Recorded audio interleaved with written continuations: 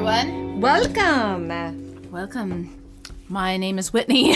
And mine is Amy, last I checked. And we are On the Haunt. We do this head thing every really time we do it's that. It's very early 90s. It really is. Dance moves. Night at the Roxbury. Yes. What it's bringing to me. Bringing to mind is what I mean to say. Hello, everyone. Hey, thanks for joining us. Yes, we're here. I almost said we're queer. We're not. Not that there's anything wrong with that. Although there was a lot of uncomfortable spooning talk about us last episode, so. And there have been lots of annoying, rude rumors about us all over the years, you know? It is what it is. Screw you. We don't care. And who cares? I find it flattering. Exactly. If I were to choose anyone, it would be you. That's exactly right. Sister wife. Sister wife. You been watching this season? No. Did you know that one of them Christine left? Yeah. And I'm pretty sure Mary left too. Because Mary's the OG, right? Yes. Okay. God, I hate that Who I guy would have so left bad. 5,000 years ago if I were married. I would have so left him mean when to he her. said, "Can I bring someone else into this marriage?" I also would have left him when he wore his hair in a ponytail. Yes. He's so gross. Sorry. Yeah. No worries if you're a polygamist and that's what you choose. That would not be my life. And if you don't watch Sister Wives, you have absolutely no idea what we're talking about. So sorry. He nastiest really is. So, hey guys.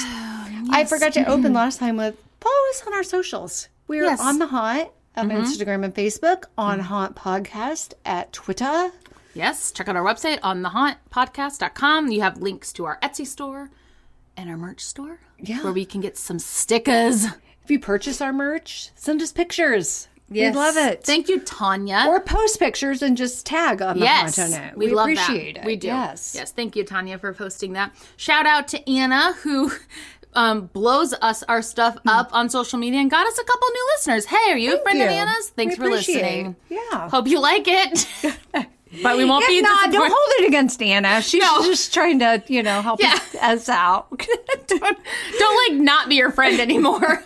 You can hate us. Just don't hate Anna. I don't even know Anna, but just she's lovely. I'm sure they're just she gonna is. be like, you like that? We're have to cancel our weekly dinner date. I don't know. Anna, I feel like Anna really has a life where I don't have a life. What am I talking about? I don't know. Anyway, sorry, Anna, that got awkward. What else is new? Nothing. Okay. Anything else you'd like to talk about? You watching anything? You're reading anything? Episode is always I know. Oh, I have started reading a book. Okay. I'm not very far in at all.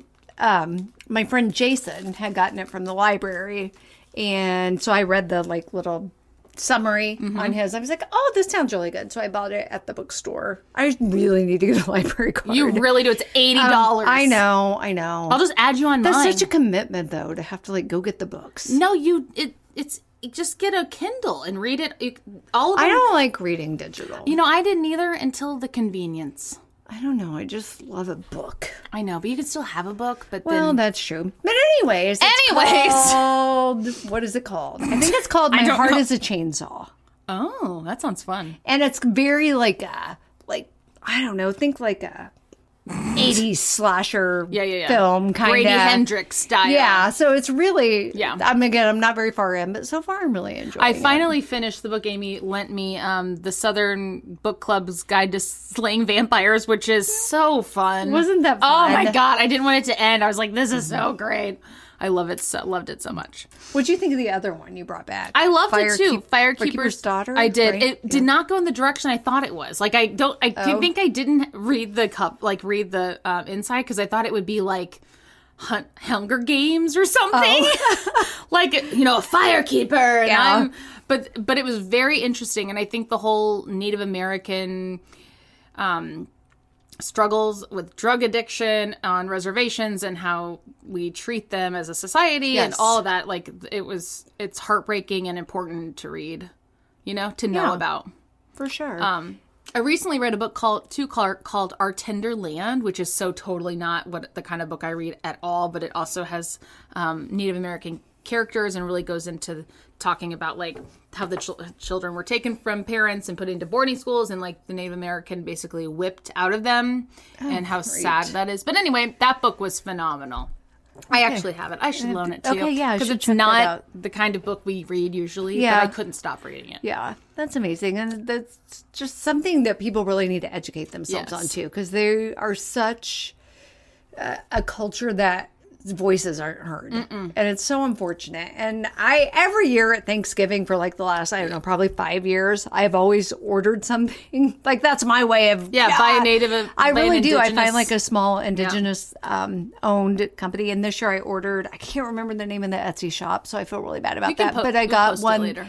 a T-shirt that is supporting the organization Missing and Murdered Yes. Indigenous Women. That's. I mean, Google that. Talk yeah. about horrifying. Absolutely horrified. They don't even have a number No. to put to how many Yeah. missing and murdered Indigenous, Yeah. specifically women. There are also men, but Well, if and you're so going follow to kill them on people, that's where you're going and to go. follow 'Cause no them one on social media. seems to care. Yeah. Because that's how those things get circulated. And I'm not saying that you shouldn't give attention to like the Gabby Petitos of the world. Don't get me wrong. However, there was so much coverage related to that. And there are literally thousands and thousands and thousands of Indigenous women Yeah. It's who sad. just Well, any no women one of even color, knows. honestly. Yeah, true. Yeah.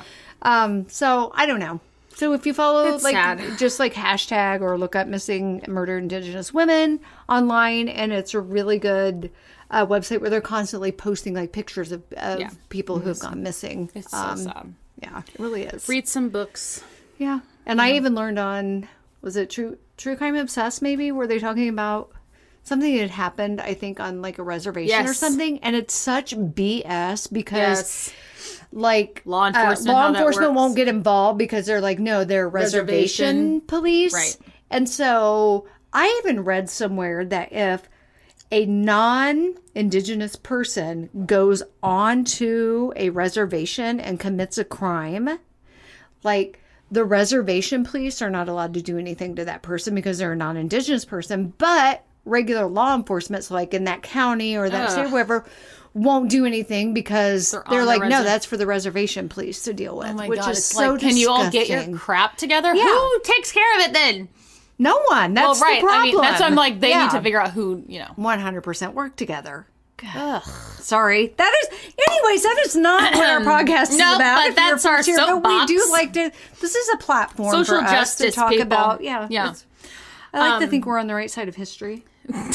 Yeah. You and I. Yeah, I know. Not necessarily. It's just funny all to of imagine us America. like on a side of history. like we're drunk history, maybe. right. God, Drunk History is such a great show. It really is. I recently got Discovery Plus because you were like, it's $4 a month or whatever, and I was like, yeah, I need to do that. Oh, I don't have Discovery Plus. I have Peacock. Oh, I was telling you was. I also got that just to watch I Paris need to in get Love. Discovery Plus Do it. It's because so good. Do I it. think all the 90 Day Fiancés moved to there. That's all you want. I freaking love 90 Day I need Fiancé. to. I know I would love it too, so I'm not judging you because I know I would love it. I need to get in there and watch it. But I recently watched the Ken and Barbie Killers, the murder tapes on there. Oh God, I was They're telling gross. Chris and I was said Mandy, but she's not here. Chris and Amy about that earlier, and it like creeped me out to where I was like creeped out walking around in the dark in my house, and Yeah. I'm not usually like that. No. It's disturbing. And guys, serial killers don't have like a specific look. No. Okay? So No. just stop it. And just so you know, Carla Homolka walks among us. Mm-hmm. She has children and is on the PTO. Gross. What's up with that, Canada? Plea deals. Not great. No. Anywho. Okay. Could you repeal that one? And that, though, they talk about the reason, because they could repeal it, her plea deal, but they don't want to because then it would, like... Set a precedent Yeah. that they don't want to set. Then yeah. no one would want to do a plea deal. And I'm like, but really? Maybe for her? Yeah. Like, if you're going to do it for anyone, maybe You might want to her. take this one into consideration.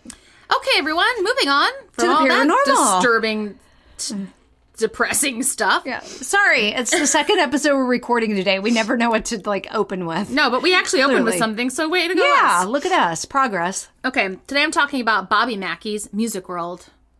Do you know what this is? Like Bob Mackey, the fashion designer? Nope, I don't know who that is. Okay. Bob Mackey, the country music singer that no one has ever heard of because he's not famous, but he opened a haunted honky tonk. Hey! I mean, he's no Mickey Gillis, but... Mickey Gilly? Or Gilly. How did I know that? And you got that wrong. You said it and I was like, I don't think... What's Gillis? Yeah! Who is Cha-ching! One for Gillis Whitney. even a name? No clue. I don't... Dang it! I've seen Urban Cowboys so many Sorry, times. I'm doing this. I don't know why. Like what's this called? The rock and roll sign? Horns? I'm doing the rock and... Yes! Which would be appropriate for Mickey Gillies because he had the mechanical bull. No, Bobby Mackey has a mechanical bull. What? Probably don't all country western bars? Honky tonks, if you will. Have you ever rode a mechanical bull? I never have. Did I? I would embarrass myself. I feel like maybe I did in Vegas once, but I Isn't don't it just know. a way for like women to pretend to be sexy riding a bull? And you're Well, like, if I did it, I wasn't pretending to be sexy. I can promise you that. you're just like I was like body hanging like completely parallel to the I bull. don't know if I have or not. I don't know. Yeah, no, I used to drink. I'm too. I don't. I used to drink. I can't recall facts for. Yeah, I'm way too awkward. I would not want to be the center of attention for something like that, and everyone looking at me. Well, the Pike County Fair always has a mechanical bull every year. Of course it does. I would not trust that though. No. Or the guy that that controls the thing. Like a human being controls what that bull does. There's like a joystick. Have you not watched Urban Cowboy? No, I have. And now that you're saying And that, the guy is like, okay, oh yeah, Buddy or what? Bud? And what about now? Okay, I have a hat that says Bud and Sissy, like the license plate. I bought it in Branson. Did you know that once a man brought bears to the Pike County Fair? And people wrestled them? And this guy I know here that used to live here in Troy, he's passed away now. I feel like I have boogies. You feel like Do that? I? No, but sometimes you feel like that when you're seeing No, I from don't other people. I'm like, I'm blowing my nose. No, you don't have boogies. Okay, thanks. Okay. But now I'm going to feel like I do. No, you really don't. Okay. I gave you I a would good- tell you if you had Okay, a boogie great. hanging. Thanks, guys. That's what real friends do. Anyway, he wrestled a bear and won. I'm sure it was like a baby. That's really wrong. Well, you know what? If you would have wrestled the bear and the bear had eaten you, that would have served you right. Yeah. Stop wrestling bears. Yeah, what is that? As they say on TCO, bear's gonna bear. Yeah, and just leave him in the wild. Yeah. Have you ever watched Grizzly Man, that documentary? I haven't, but I've heard about it and it's horrifying. Yeah. Okay. And he was eaten by a bear. And Spoiler alert! it's recorded. Audio recorded. Oh, God. Okay. Back to here. I'm going to take you to Wilder, Kentucky. Woo! Yeah. If you're ever in... This is an article from Wide Open Country. Did you know It's so funny. that something can only be called bourbon if it's made in Kentucky? Kentucky's a really beautiful state. Have you drove through there? I have maybe a couple times. I've never stopped anywhere in Kentucky. Trying to think of the places I've been, I would have. Again, I know nothing about geography. I'd have to see a map to tell you if I've driven. Driven to Tennessee, you've been through Kentucky. And I know I've driven to Nashville and not Memphis. Memphis too. I've been to Memphis. So you've probably... Because I went to Graceland. Oh, maybe. Anyway, maybe. I feel like we were all interstate. No one cares. Yeah. But it's a beautiful place. And, yeah. I feel like Kentucky gets a bad rap, though, sometimes. Like, oh, everyone's hicks there and, whatever. But it's Whatever. Really beautiful and Southern people, we love you. Uh-huh. You're going to have idiots everywhere. That's And true. if you're going to try to act like there are morons on the East Coast, get over yourself. Yeah. Okay, I have two articles here. One's from whatever I just said a minute ago, and this one's from onlyinyourstate.com. All right, so we're going to Wilder, Kentucky. Throughout history, Kentucky has seen gruesome battles, mob violence. Really? Okay, that's surprising.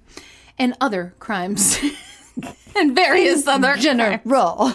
There is speeding. There is jaywalking. There is petty theft. I was about to say that. Stealing a blow pop at the convenience store. And many of these events have supposedly had lasting effects on certain places of the states. Obviously, I'm reading this because I would never write like this. Okay, so Bobby Mackey's in Wilder, Kentucky is a honky-tonk.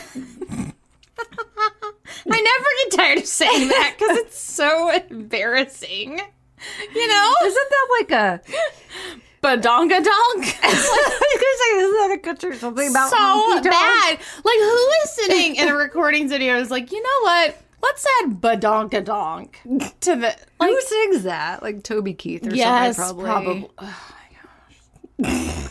It's We have so feelings. bad. It's just so bad. I legit feel like I have a boogie now. You don't.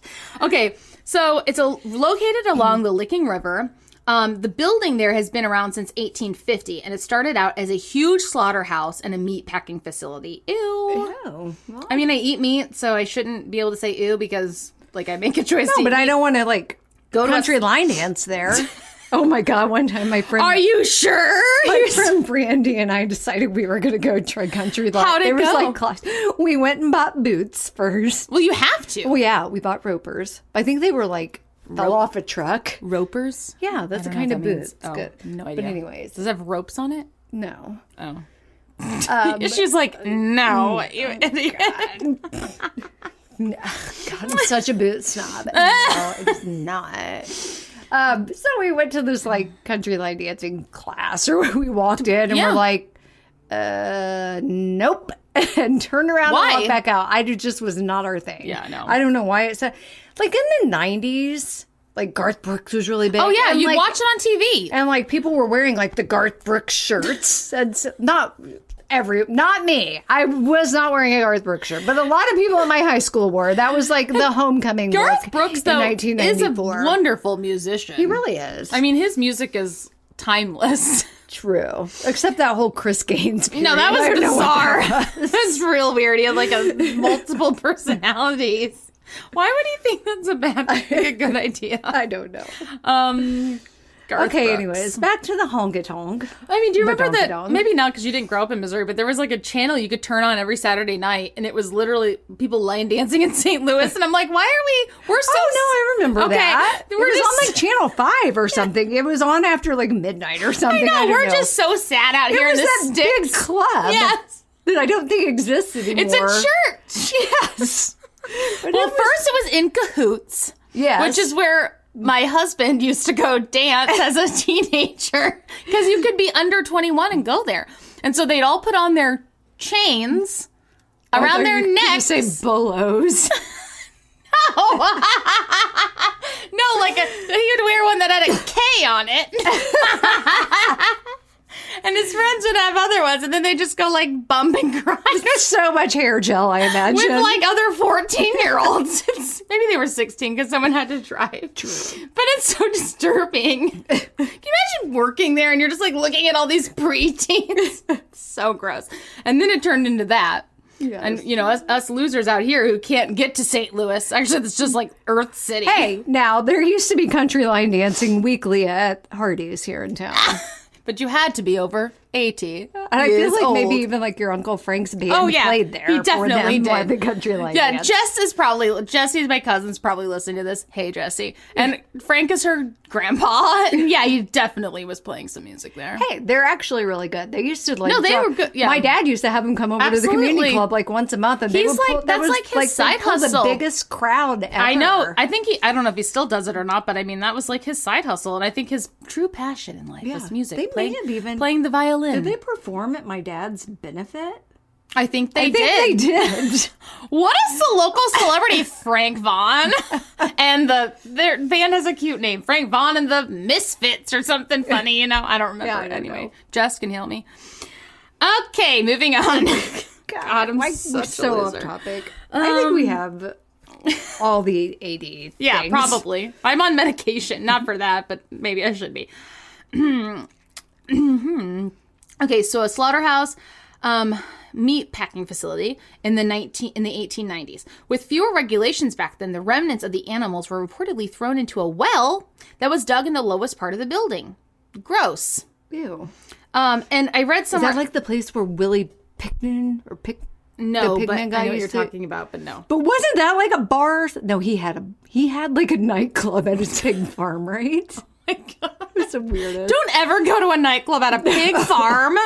Pig farms in general. Ew. They smell really bad. Oh, yeah. I'm from Pike The County, worst. pork capital of the world. I don't Really? even know if that's true, Oh. but that's what they call themselves. There's like a big Please don't. statue of a pig on God, the that's courthouse lawn. Embarrassing. That's like the No, worst. it's not. place. Farming is a very honorable profession, is. and we It don't is. die without farmers. That's true. So. But you don't have to put a statue of a pig up. Well, that's their claim to fame. I mean- We didn't have like a Mothman. What else are we going to do? They are not the pork capital of the world. Probably not. Liars. I don't know. I do love a good pork chop. I mean, who Pork is doesn't? delicious. Except for vegans. Bacon. Okay, sorry. Bacon Pig is don't. so expensive right now. What It is, happening? but I still buy it every week. I do too. I bought two pounds cut. yesterday. Yeah. Okay, so the other thing that I read, it's not in this article, but that whoever owned this slaughterhouse was like super sketchy, and they would literally let you like throw in the slaughterhouse place anything. Like they didn't care what, even people. So like if you murdered someone and you wanted a place to go, you could just take them there, and they'd be like, "All right, cool, throw them in there." Well, can't you also like train pigs to eat bodies? Train them? Well, I mean, How do you train? well, you them? just throw the body in, they get used to eating them. I don't know. What training? All right, everyone, chop chop! It's training time for eating humans. When they hear the bell ring, it's very Pavlovian. They know here comes a body. Oh God! But I mean, think yes. they no, that's like a real thing though, because they'll eat everything. I know. all And the way- there's like all an of it. urban legend around here, and I don't know if it's true that someone killed themselves by putting themselves in a pig pen, and that the pigs ate them. I don't know if that's true or not, but that's like a local urban legend. Okay. Moving on. Maybe I shouldn't have said that. I don't know. Maybe that's true, and like I'm very sorry if that is true. Anyway, moving on. Okay, so today Bobby Mackey's is still a popular bar and club that's known for its country dancing, live music, and mechanical bull. But of course, the many ghosts and creepy events that tend to appear on a regular basis is also creepy. So when you walk in, there's a sign. And it says, "Warning to our patrons. This establishment is purported to be haunted, underlined. Management is not, double underlined, responsible and cannot be held liable for any actions of any ghosts or spirits on this premises." Okay, full disclaimer. Yeah, and okay. Jeez. We get it. So That's after why we're here. Right. After the slaughterhouse closed, it said that a satanic cult, it's always a satanic cult. Always satanic panic. I know. Come on. That satanic activity took place around the well with rituals and meetings. And another tale involves the murder of a young woman named Pearl Bryan, whose head was separated from her body by her murderers to try and cover up the crime. While the two criminals were eventually caught and killed for their actions, some speculate that Pearl's head was used at the rituals and was thrown into the well. Ew. Not cool. No. If you still don't have the chills, then you may want to know that there have been several reports of a sighting of a headless ghost in a dress. So what now? Oh, God, poor Pearl. Give her head back. In the I don't know. Again, I like never really have had a fear of dying, but ever since we've started this podcast, I'm still not afraid of dying, but I'm really concerned about what it's gonna be. what is going to Well, I always hope that I'll have my ideal body when I die. I swear to God, if I'm just sweeping up pet hair for all of eternity, I'm just folding laundry life forever. is so cruel. Well, Afterlife is so It just really doesn't seem fair, you know? No. Is that purgatory? But then that's not cool. Why the heck is Pearl in purgatory? She didn't do nothing. No. Some jerk. And apparently, allegedly, it was her Well, boyfriend isn't that... purgatory like what's the place in between? That's a Catholic thing, so not all religions believe that. But yeah. No, that's not true. Oh, okay. My grandma believed in purgatory. Oh. Grandma Killebrew. She went to the Church of Christ. Okay. Isn't that the in-between yes. place? And I don't remember... Because it's mentioned in the Bible. When I'm trying to think about why you go there. I feel like it's like your in limbo place, right? Yeah, but why are you in limbo? Like you have unfinished business? But what does that mean? I don't know. Is there like a wait list? It's like you get one of those buzzer things at Texas Roadhouse. If you're not like super hot, the doorman's like, you have to go to purgatory. Go to the end. Well, it's like, it depends. Do I have my head or not? Like, You don't have a choice. But here's an alleged ghost picture of her. I kind of see a head though in that I picture. totally see a head there. So it kind of looks like good on you, Pearl. yeah. But it's just a skull. No skin. No. It's her, you're starting to come back, Pearl, slowly but surely. Oh my God. The other notable crime that involved the club took place in the 1950s when it was called the Latin Quarter. Not corner. Latin I tried Quarter. to roll my tongue. Can you imagine the Latin Quarter in Kentucky? I imagine it's a small corner. The daughter of the owner fell in love with a singer at the nightclub. Oh, a tale as old as time. And became pregnant. I like how it's like, became. Just happened. Immaculate conception. Before they could run away together, the owner had the singer killed. Isn't that her daughter? What? No, the singer got the daughter Oh, the pregnant. singer. Okay, I was like, wait, he killed his daughter? Well, now your grandchild has no father. That's... Right. To take revenge, his daughter attempted to poison her father and then committed suicide in the basement of the club. Well, screw you, Dad! Yeah. It's really sad. There's is obviously sad. a lot of like weird sounds and stuff down there. You can actually go there and take tours. It obviously just looks like you're a typical dive bar from the outside. I'm going to this other article real quick before I have a special surprise for you. I'm just trying to see if there's anything else. Special surprise. You know more about your article than I do mine. Well, you all, clearly. I really took one for the team. I watched an episode of Ghost Adventures. That is such God. dedication. God help me. You know, we need information when we sit down and watch an episode. I mean, it is, I have so many pages of notes because it is just so ridiculous, is per usual. So sure. And that's why I have Discovery Plus. This is from season 1, episode 1 of Ghost Adventures. Dang. This is their first Is ever. this pre-fake glasses, that? Yes. You know, I hate Zach Bagans, but he is cute. I mean, that's my hill. I'll die on it. Yeah. I think he's I'll cute. agree to disagree on that one. That's my Patrick moment, where I think he's kind of hot, but he's such a douche that I can't like get all the way on board. He's kind of my type, though. No, Kyle, you are nothing. No, not like his like Zach Bagans. Not like his personality. I mean, like dark hair, dark. That's it. That's where it ends. Tall, thin, dark hair. It's like, Zach Bagans is kind of ripped, isn't he? I mean, He wears such tight shirts. It's so gross. it's just nipples all the and time. His hair. Guys, Oh yeah, it comes in here. So here we go. Starts off with Zach saying something is the portal to hell, obviously. And always. That portal to hell just follows him everywhere he goes. He can't escape it. And it's like the beginning. It's before the before the credits and everything. It's just kind of like all these flashes of like this episode, and so it's like Zach going, oh, and it's the portal to hell, and then you see some guy bend over, and it's just like a butt crack, and you're like, So it's like what? a montage. Yes. A butt crack. And then Zach, and I wrote, wow, his hair has really taken an evolution. I mean, kind of, because there's less gel happening here, but it's just kind of like sticking out everywhere. Yeah, it's more bizarre. like bedhead. Yes. It's so great. So they're in Wilder, Kentucky.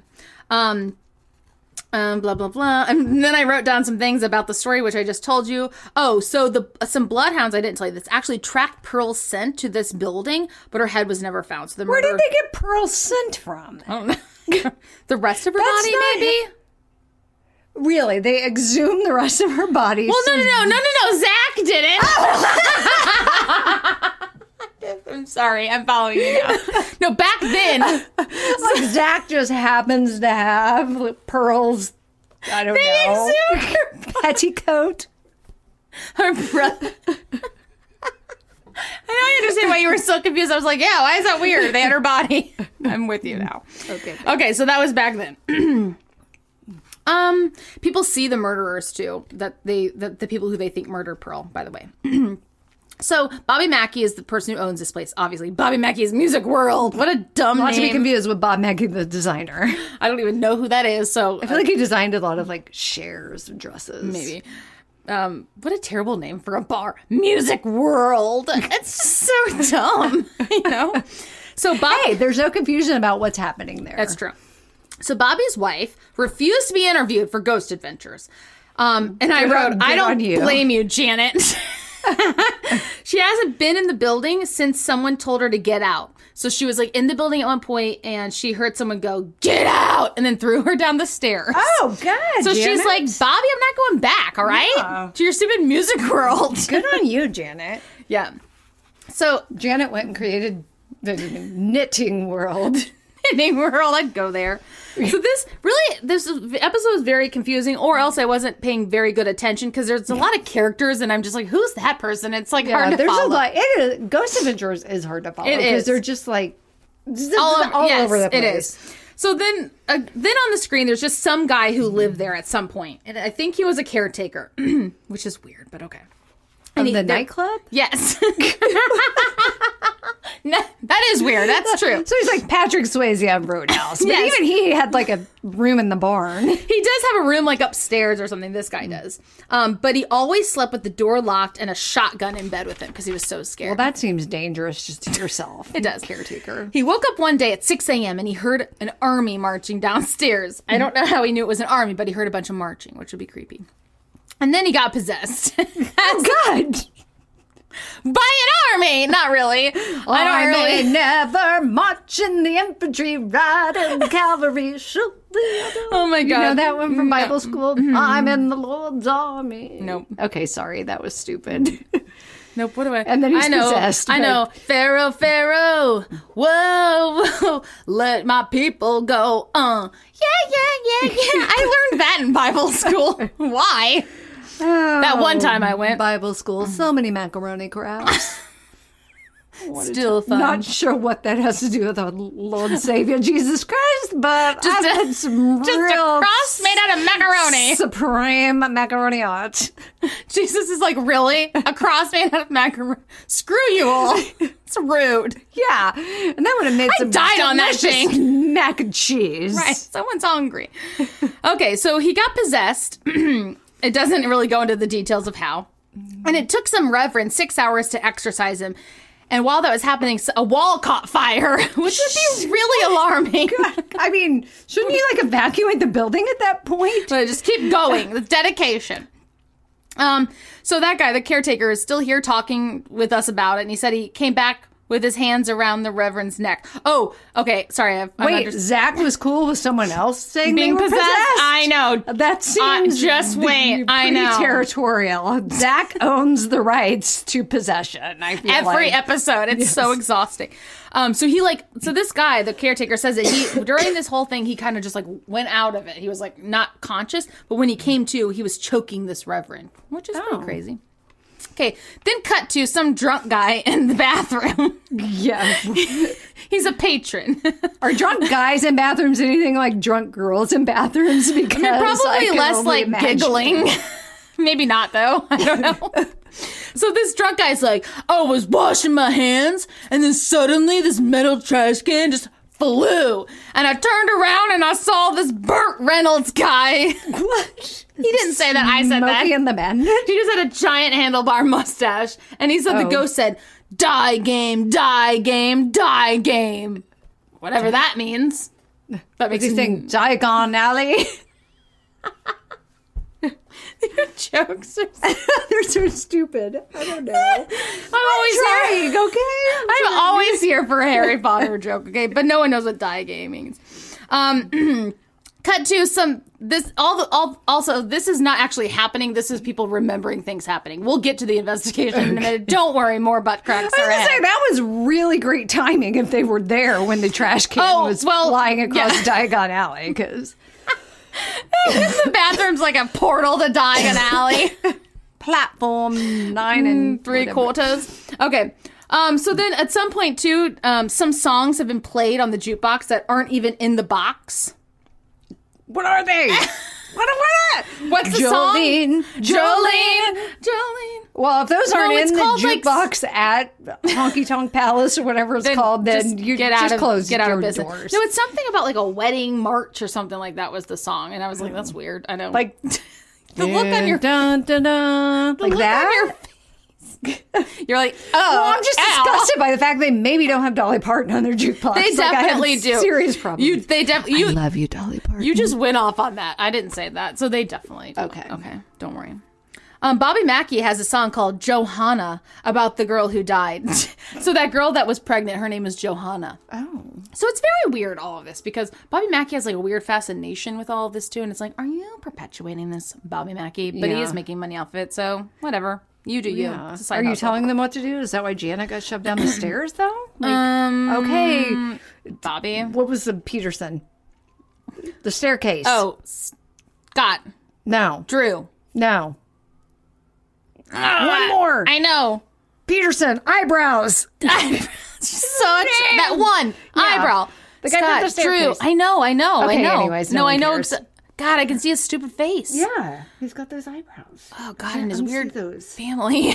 Everything's weird about it. Have you watched that? I'm sure you have. It's so weird. I'm talking to you. Peterson. No.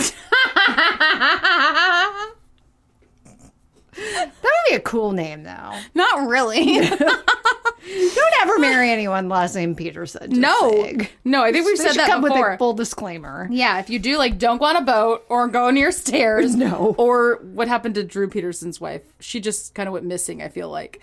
Well, Both of them. Yeah. Well, no, the ex-wife got murdered in her bathtub.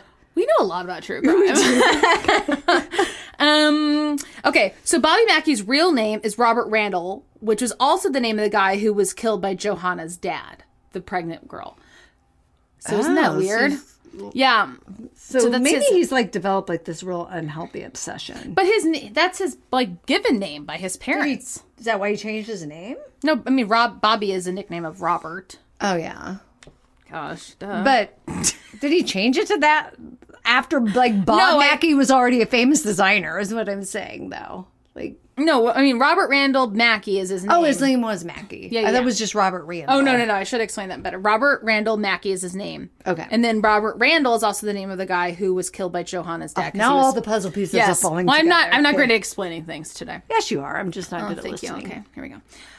Okay, so the caretaker feels the spirits all the time. He's really awkward. I mean, there's a couple of really awkward people in this episode. Always. But he's pretty awkward. And then I wrote, here comes Zach. I want to provoke the hell out of them. Who are they? So Zach, give them a taste of their own medicine. Oh no, he said it like this, because who are they? I just want to provoke them. Who do they think they are? Like, that's how he is this whole... I mean, you know that. Yes. Who do they think they are? Bullying Janet. It's like, why do you care about Janet so much? Yeah, Well, I mean, you don't. I also wrote, this place is grungy AF. I feel like the floors are super sticky. It totally is. It's so nasty. And then I go, what? And then again, there's that well, right? Where like all that blood would go when they slaughtered people. I mean, animals and maybe people. Hey, when I used to live in an old funeral home, we had a blood well. Yeah. So there is a blood well. But the well, like they show it, it's literally a hole like this. And it's still just there, open. And there's Ours like, was just like a big square. yeah. And they just Could put, you just like, fall in some it? plywood over it. Yeah, that and is then we so- carpeted.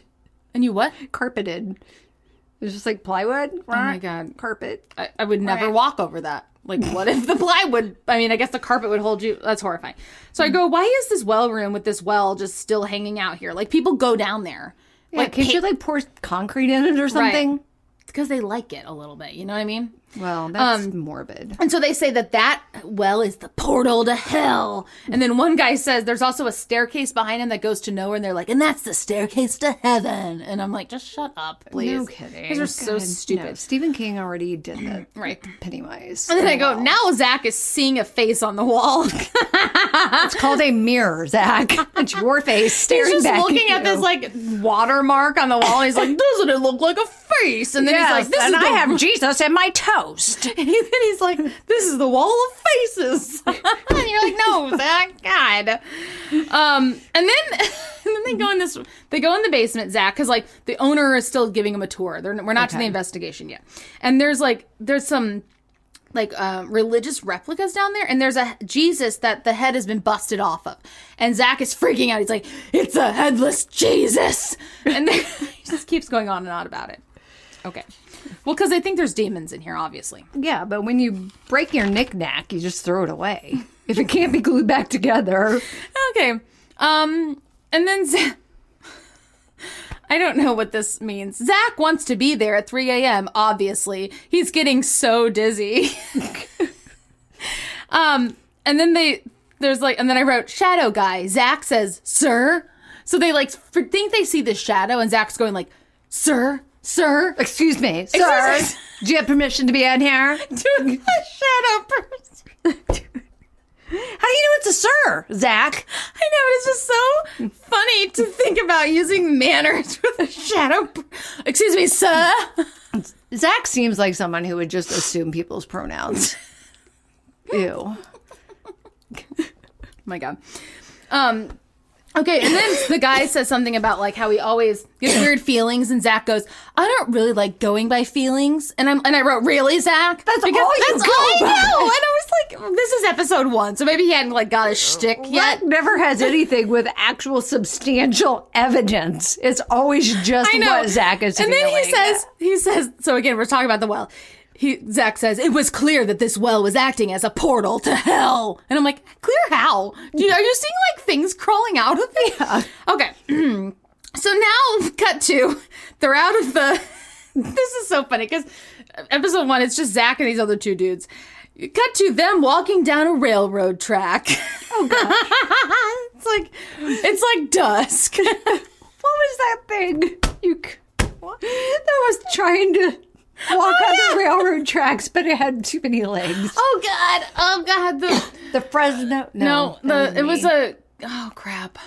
Enfield Monster. Maybe. That one? It's the thing that's hiding in the rose bushes. Yeah, he's trying to walk down. That's them. They're just walking so serious down. Then they're like, we're going to the river. And then I write, some guy falls on his ass. One guy just slides down the hill towards the river. And he's just like, oh, and people falling is so funny. When they don't get hurt, obviously. And Zach's just like, you okay, man? And they're just so dumb.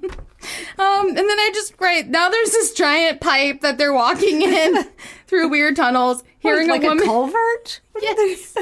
And then I write so many butt cracks. Because they're just like hunched over crawling. And I mean, I don't know what year this is, but like all the plumbers so crack. many butt cracks. And then Zach says that some cultures believe that spirits can't cross flowing water. And I have heard that, so I'll give them that one too. Okay, so then it's time for the investigation to begin. And this weird caretaker, the current caretaker, comes. And this guy just does this the whole time. Creepy smile. He's just like creepy smiling. He literally locks him in with the chain. Oh. And I wrote, he's so smiling and awkward about it. And the guy, because Zach's like, wow. Probably like wired. I'm on TV. Just gonna smile. It's so uncomfortable because he just looks like a serial It's like on Where the Heart Is. I love that movie. Oh, is that the Walmart? Yes. The news comes to interview her, and she's just like twirling her hair. She's like, yeah. Natalie Portman is such a gem, isn't she? She is. She's so beautiful. God, I love her so much. I always confuse her with Keira Knightley. They look similar. Alike. I just watched a movie with her. Okay, anyway. Okay, so investigation begins. Zach begins shouting, as per usual. Yes. Just shouting constantly. Always. Just shouting. And I wrote, like the ghost can't hear. And now he's calling them names. Always. And then I wrote, the music, LOL. It's just so dramatic. And then Zach says, oh no, there's him and 2 guys. One of them goes, you want to do harm to us? Do harm to Zach. Which I'm like, yeah. Tell us how you really feel. And then Zach goes, I would later regret that command. Sorry, I said that really dumb, but I forgot what I was about you to sound like me when I'm reading. And then I wrote, I'm not going to lie, Zach is built. Because he really is. But he's so dumb that you just can't see past it. And then I wrote, they brought a portable radio? When was this made? Like a walkie-talkie or like a boombox. Boombox with a cassette player and a CD Is that player. where their cheesy music's coming from? I don't really know why they brought it. And then Zach goes, whoa, I'm freezing my ass off. I have goosebumps. And then everyone's showing their goosebumps to each other. That happens when you're cold. And they're all just like, oh my God, look at mine. It's so dumb, right? Some voice says meow. Like literally a cat. Did you hear that? They all say. It's just the cat. Everyone's mouth is just hanging open. Did you hear that meow? I mean, ghosts Cats only exist inside of houses, so it must be paranormal. There's no such thing as stray cats. Oh, God. And then this part's so weird. So then Zach goes to the attic, which apparently is where Johanna is seen a lot. He must go alone and confront her. Ew. And then he just starts calling her sweetie, and it's so creepy. Why am I not surprised? It is so creepy.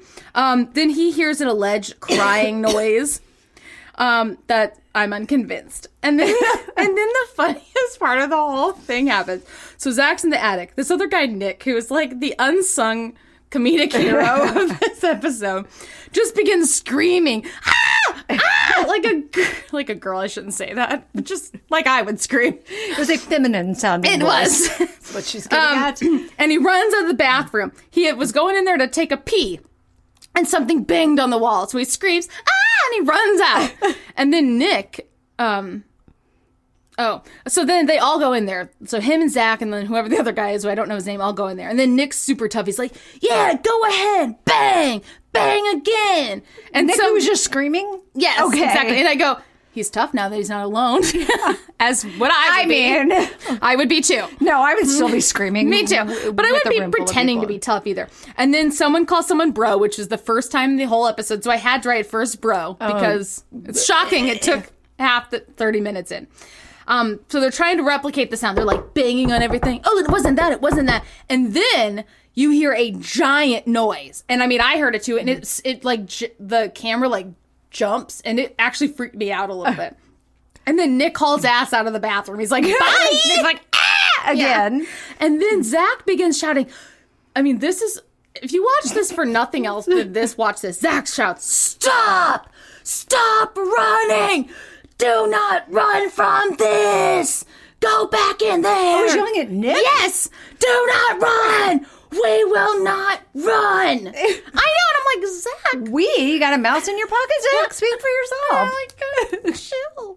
I wrote, geez, Zach, chill. It is so rude. It is so rude. And if I was Nick, I'd be like, F you, Zach. Yeah.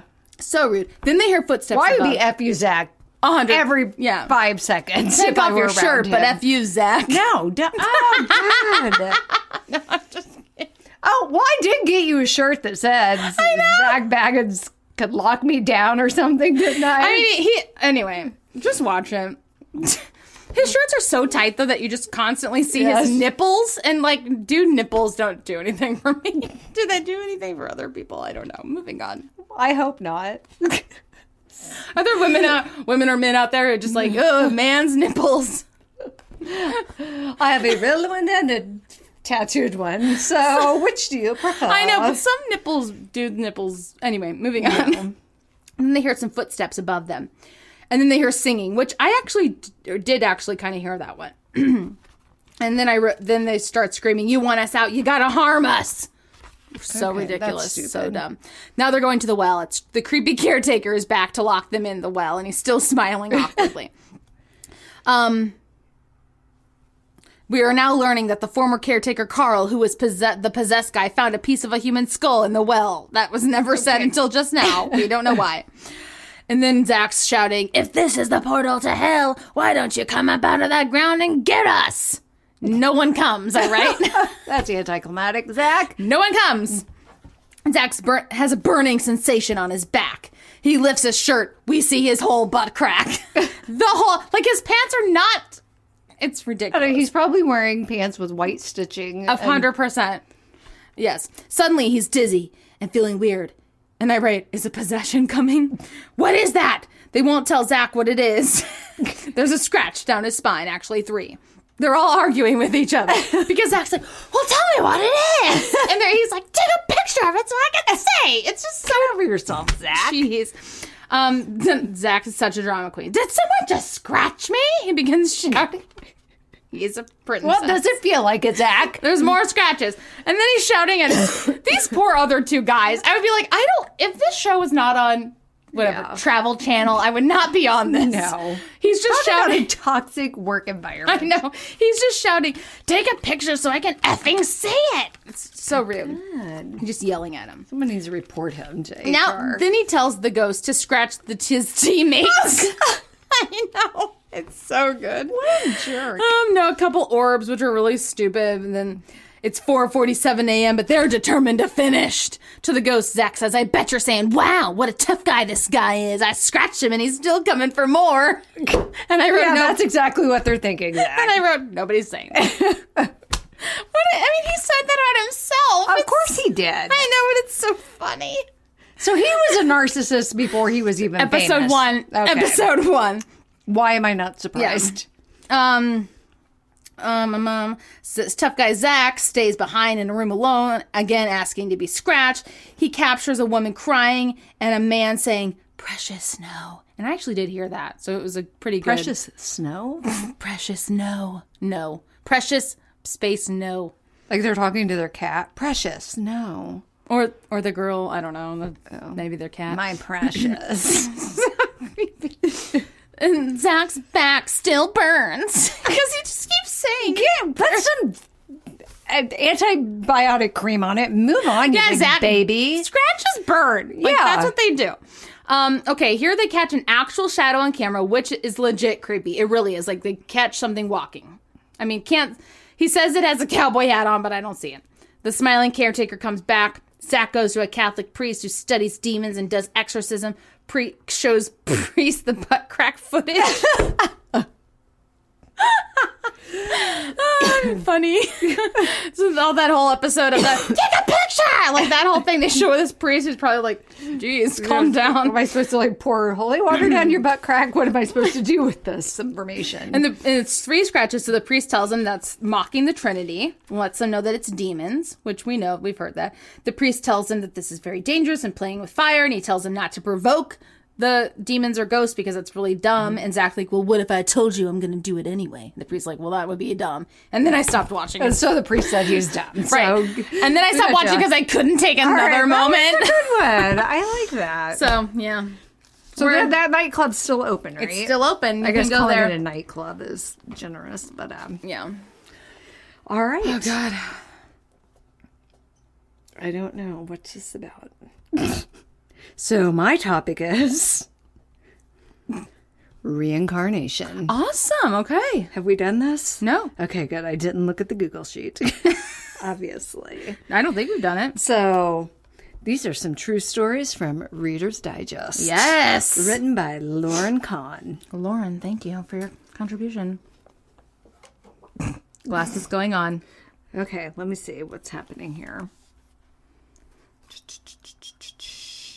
Is reincarnation real?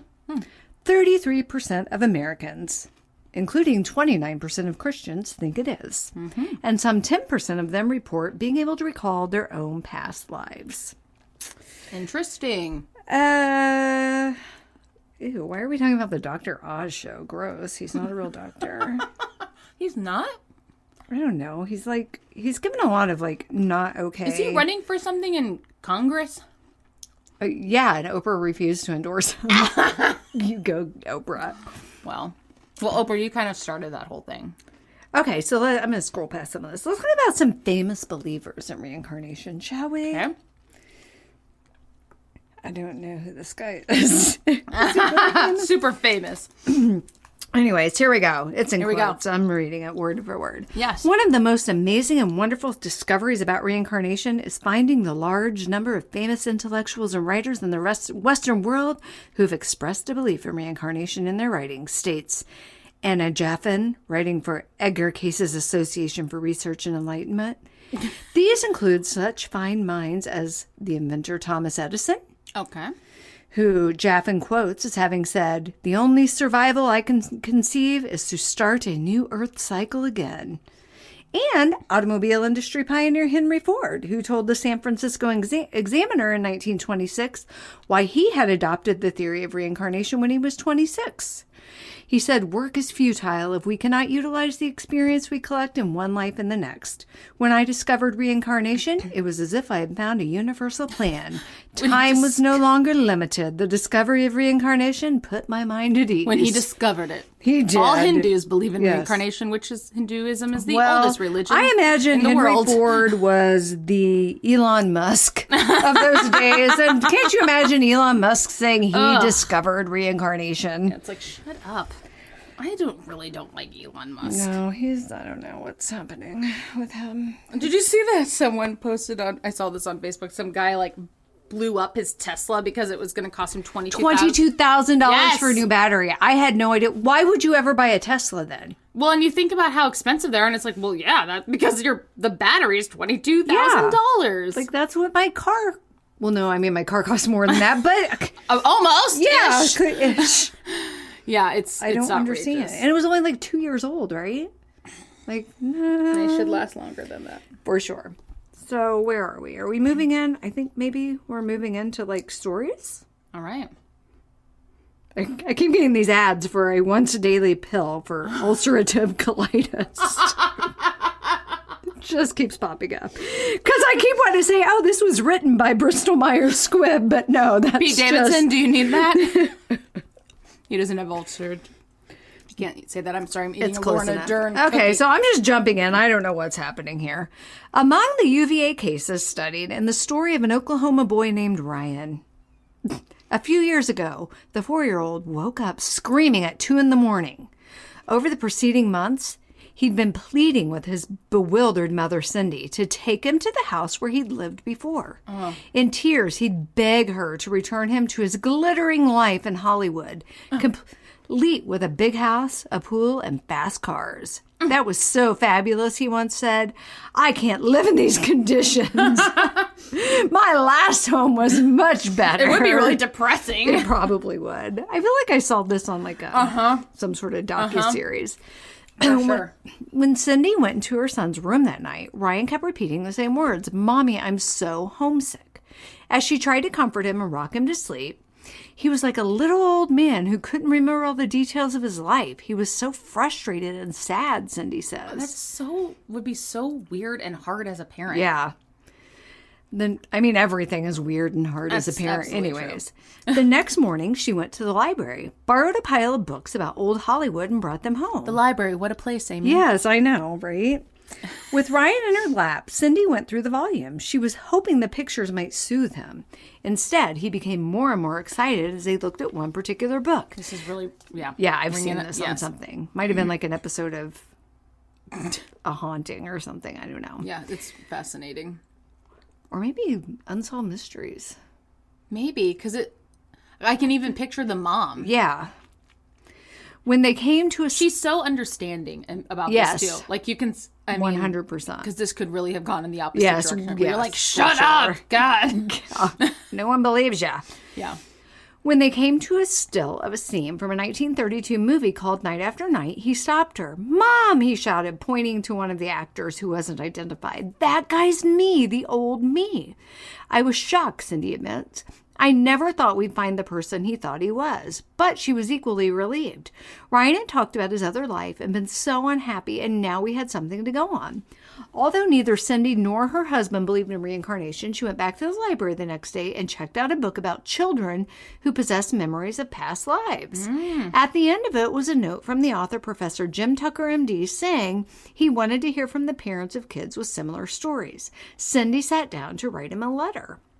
And so Dr. Tucker was a child psychiatrist in private practice when he heard about the reincarnation research being conducted by Ian Stevenson, founder of the director of the Division of Perpetual Studies at UVA. He was intrigued and began working with the division in 1996. 6 years later, when Dr. Stevenson retired, Dr. Tucker took over as the leader of the division's past life research. Again, cool jobs. Yes. The UVA team has gathered more than 2,500 documented cases of children from all over the world who've detailed memories of former lives, including that of a California toddler with a surprisingly good golf swing who said he'd once been legendary athlete Bobby Jones. A Midwestern 5-year-old who shared some of the same memories and physical traits, blindness in his left eye, a mark on his neck, and a limp, as a long-deceased brother. And a girl in India. Of his own brother? I guess so. That's bizarre. That is really bizarre. And weird and... Yeah, that would be hard as a parent. Long deceased brother? Well, I mean... Yeah. And a girl in India who woke up one day and began speaking fluently in a dialect she'd never heard before. Weird. So, The children in the UVA collection typically began talking about their previous lives when they were 2 or 3 years old and stopped by the age of 6 or 7. So it's not like they woke up one day and suddenly they're reincarnated. I mean, because reincarnation would happen from birth. Correct. But from how I understand it. Same. But if you think about it, they start talking about when they're 2 or 3 years old. Well, that's about the time when you really you can say something coherently and get your point across. The idea, though, of waking up and suddenly speaking, I mean, maybe it's like those skills are just, you're not born with them maybe right off the bat, or who knows? I don't know. Weird. It is very weird. So that's around the same time we all lose our memories of early childhood. So that's kind of interesting when they stop talking about and they stopped talking about it around the age of 6 or 7. So, interesting. Yeah. What is happening? Oh, Casey's wanted me to order pizza. We wish we could, Casey's Pizza. When he first learns about a subject, he checks for fraud. Good call, Dr. Tucker.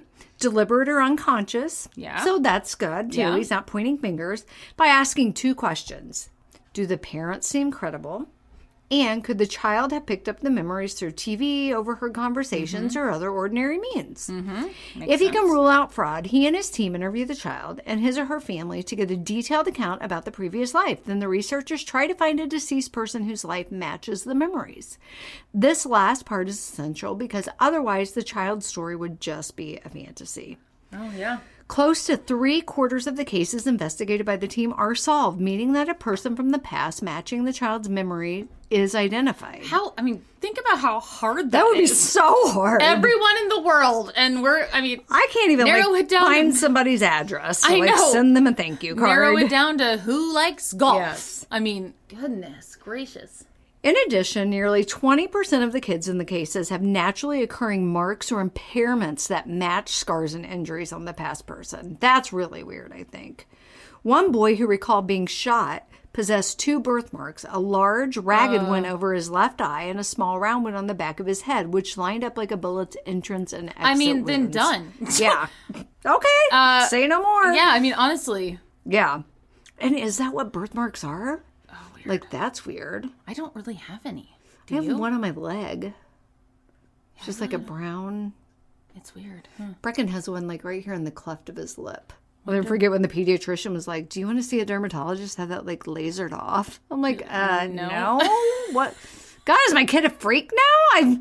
I thought that kind of gave him a little bit of character. Right. It's just like a birthmark. Yeah. So anyways, wonder what happened to Brecken. Yeah. Not a shot, hopefully. Gosh. Shot through the lip. Jeez. In the case of Ryan, the boy longing for a Hollywood pass, an archivist pored over books in a film library till she found a person who appeared to be the man he'd singled out, Hollywood agent Marty Martin, who made an unbilled cameo in Night After Night. After Cindy spoke with Dr. Tucker, he interviewed Ryan. Then the family contacted Martin's daughter. I know I've seen this. Yes, because they meet. Yes. Yeah. She met with Dr. Tucker, Ryan, and Cindy, and along with public records, she confirmed more than 50 details that Ryan had reported about her father's life. Can you imagine? Someone comes and is like, some kid's like, I'm Kevin Killeber, and you're like, what? Excuse me, what? And this, really gave his mom, Cindy, so much relief. Because she's like, okay, he's not crazy. Yes. This really happened. There's another family out there that is validating all of the things that he said. You would be like, well, can we just go on with our lives? Or, you know what I mean? Is he always going to be homesick and sad? Or does it kind of... Well, it said usually about the time they turn 6 or 7, they kind of lose those memories. It's not even that they let go. They just stop remembering. So now we're going to talk about this other kid. And I just can't imagine meeting that kid and that was your dad. It's bizarre. Yeah. So this kid his name is Sanam Wangdu. I'm sure I'm saying that wrong. Was born in Seattle in 1991. And he was only 2 years old when he realized he was actually the 4th reincarnation of the original Tibetan Lama.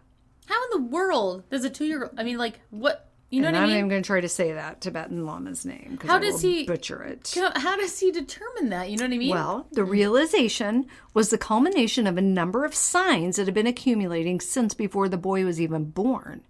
These included the visions of his mother, and her own llama, as well as the words of the third reincarnation of that guy, who informed his acolytes in 1987, I will be reborn in Seattle.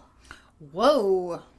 In 1996, the boy, who by then only answered to the name Truklula, which means reincarnation, left his family forever to be raised by monks. What? Wait a minute, he was only 5 years old?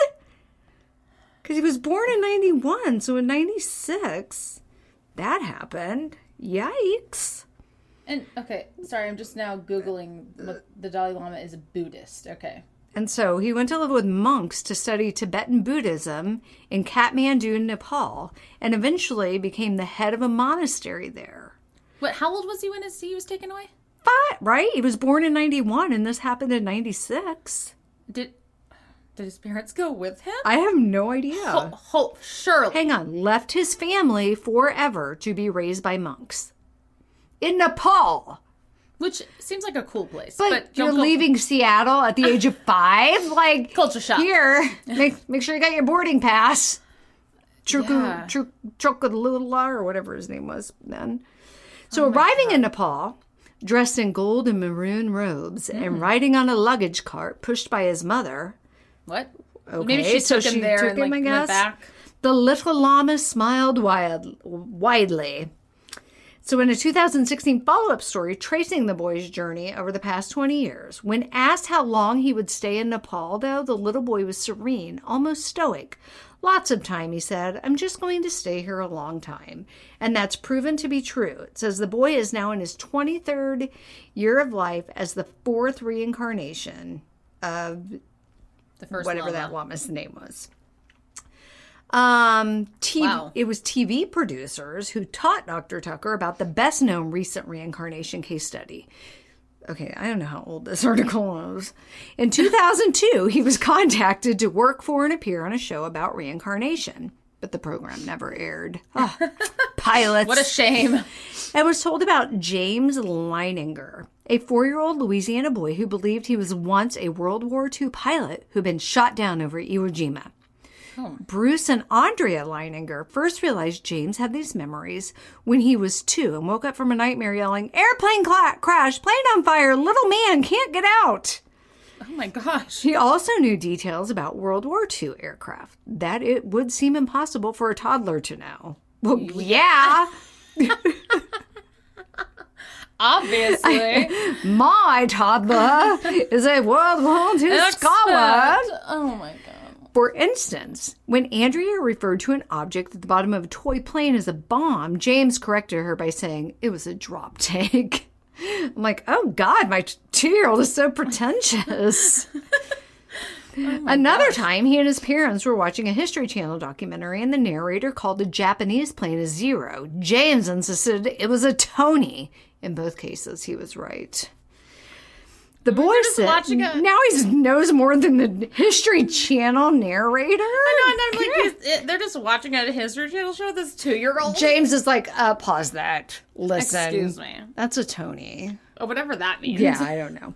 The boy said he had also been named James in his previous life, and he'd flown off of a ship named the Natoma.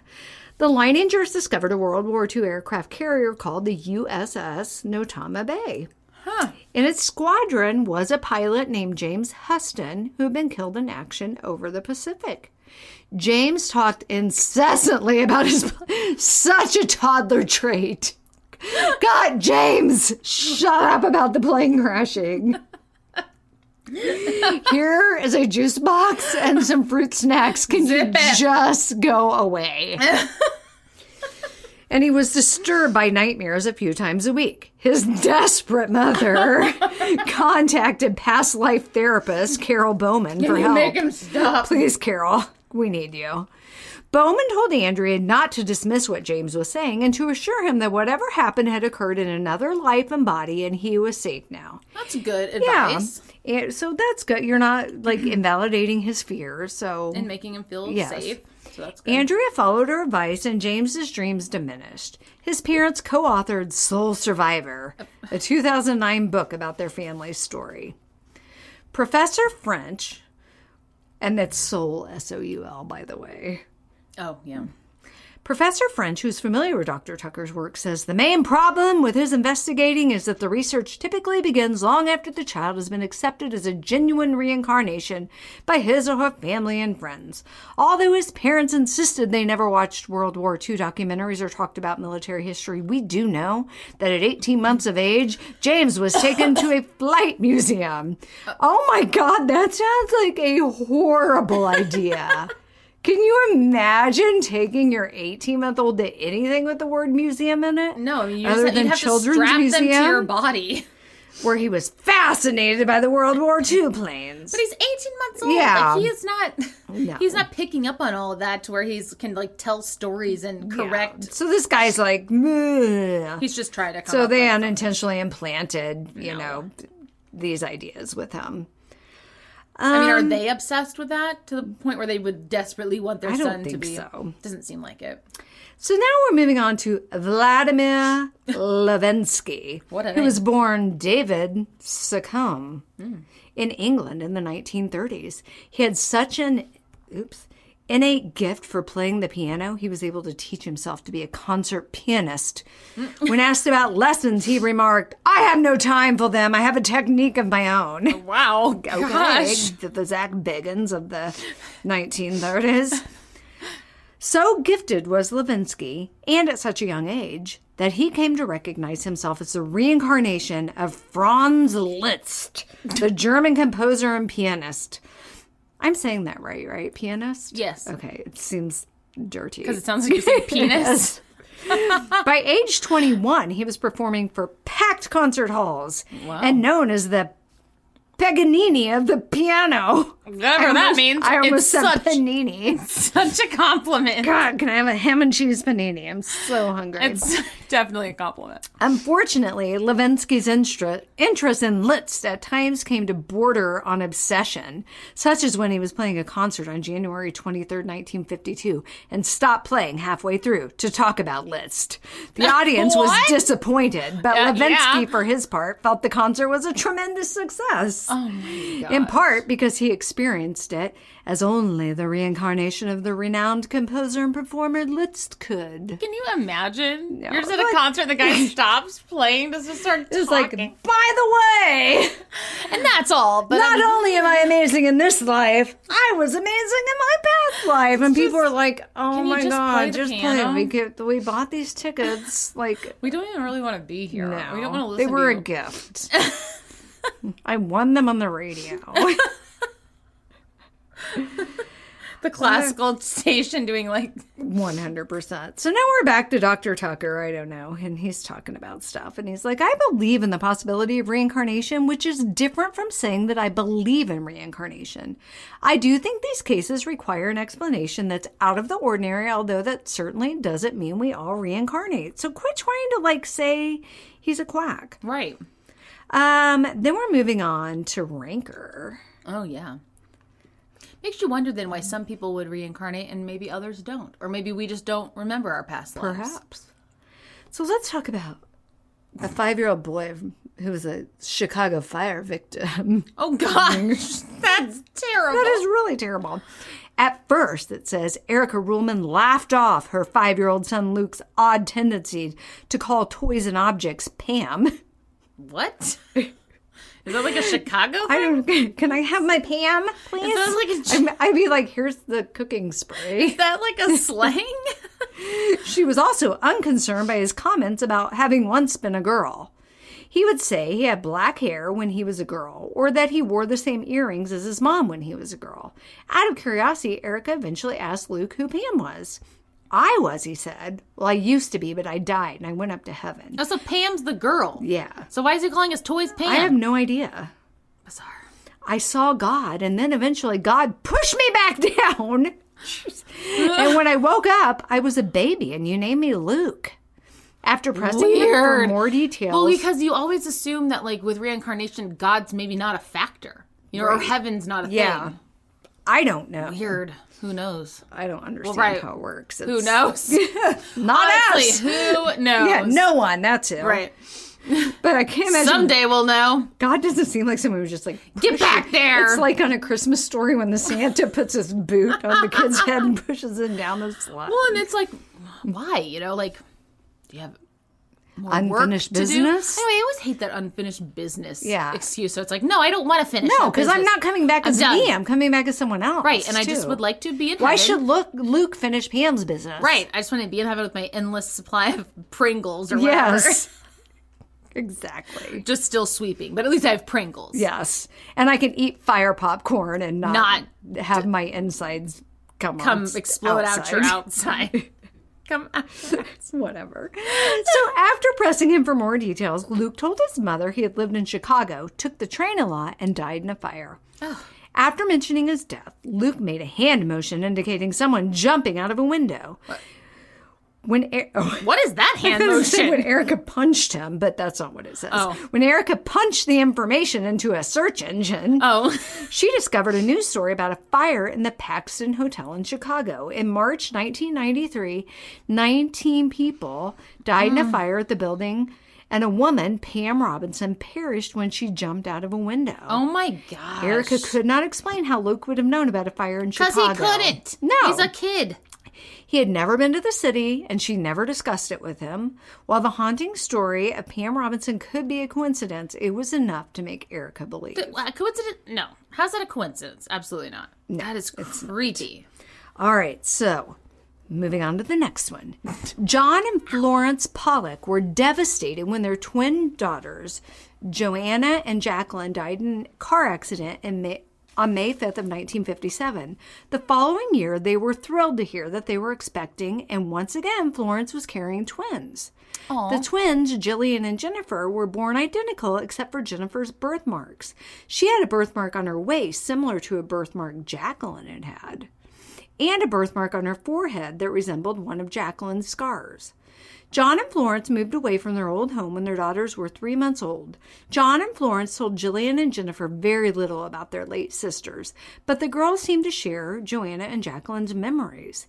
They would request old toys that had belonged to the deceased twins, recognize landmarks when traveling to their parents' former home, and were inexplicably terrified of cars. Upon seeing oncoming traffic, they would shriek, "The car is coming to get us." Luckily, by the age of 5, these frightening memories mostly faded away. The girls went on to live relatively normal adult lives. However, their story is still frequently cited as evidence of reincarnation. So they were reincarnated as their siblings. I don't like that. No, that's creepy and just... Yeah, I for sure don't like that. Should I do more? I for don't like that. No one knows. Shanti Devi of Delhi, India, was born in 1926 and barely talked until she was 4 years old. She then began insisting she lived with her husband and son in a town called Mathura, where she had died 10 days after giving birth. Oh. Eventually, a teacher in Devi's school asked for her former husband's name, and she replied, Pandit Kidarth Chaub. Wow! That's impressive. His full name. The teacher identified a man of this name in Mathura and wrote him a letter. Oh, wow. He's still alive. He confirmed his wife, Lugdi, had died during childbirth 9 years prior. Can you imagine? No. So he traveled to meet Shanti. Introduced himself using his older brother's name. Shanti immediately caught his bluff and recognized him as her husband.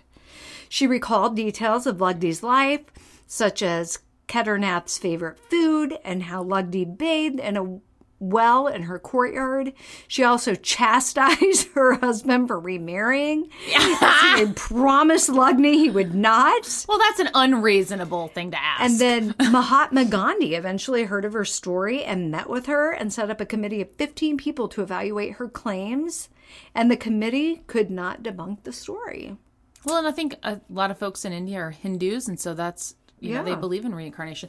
But for someone, you to find that someone is the reincarnation of your spouse that's kind of close to you, like near where you live. That's weird. Would be so bizarre.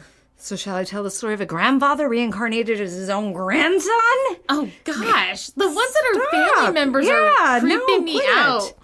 So, University of Virginia Get out of my body! Jim Tucker, we're back to Dr. Tucker, Dr. met a boy identified as Sam, who he believes to be the reincarnation of his own grandfather. Until he was 4 years old, Sam had never seen a picture of his grandfather. After his grandmother's passing, his parents brought out an old photo album. Upon seeing his grandfather's car, he exclaimed, "That's my car!" It would be Typical grandpa thing to say. It would be easy to attribute this to an overactive imagination. This is what Sam's Baptist mother did at first, as her religion does not believe in reincarnation. However, she became a believer after she asked Sam if he remembered anything else from his past life. He said his sister had been turned into a fish by bad men. What? Sam's mother was astounded. His grandfather's sister had been murdered and her body was dumped in a river. Oh my god! Due to the frightening nature of the story, Sam's parents never told him about his great aunt's murder. Well, I would hope not. Why would you tell a child that? Yeah. Oh my goodness. What are we doing? I don't know. This thing's not working on time. I feel like maybe I'm going to go ahead and wrap it up. I have a few more stories, but it's fine. Maybe we'll get to them some other day. Okay. My stomach's growling. I'm afraid the microphone's going to pick it up, so we're hungry. Need to wrap it up. Okay, well, thank you all for listening. We appreciate to this episode 54 of On the Hunt. Don't forget to follow us on our socials. On the Hunt at Instagram and Facebook. On the Hunt Podcast at Twitter. On the Hunt Podcast.com. Yeah. Yep. You can send us an email from there. You can listen to us everywhere. Everywhere. We still don't know why we're featured on Amazon, but or if we even were for some people, or what happened. But we're cool. Whatever. We're excited. Whitney's got the screenshot. It featured. says featured. Okay. Okay. Bye. Bye.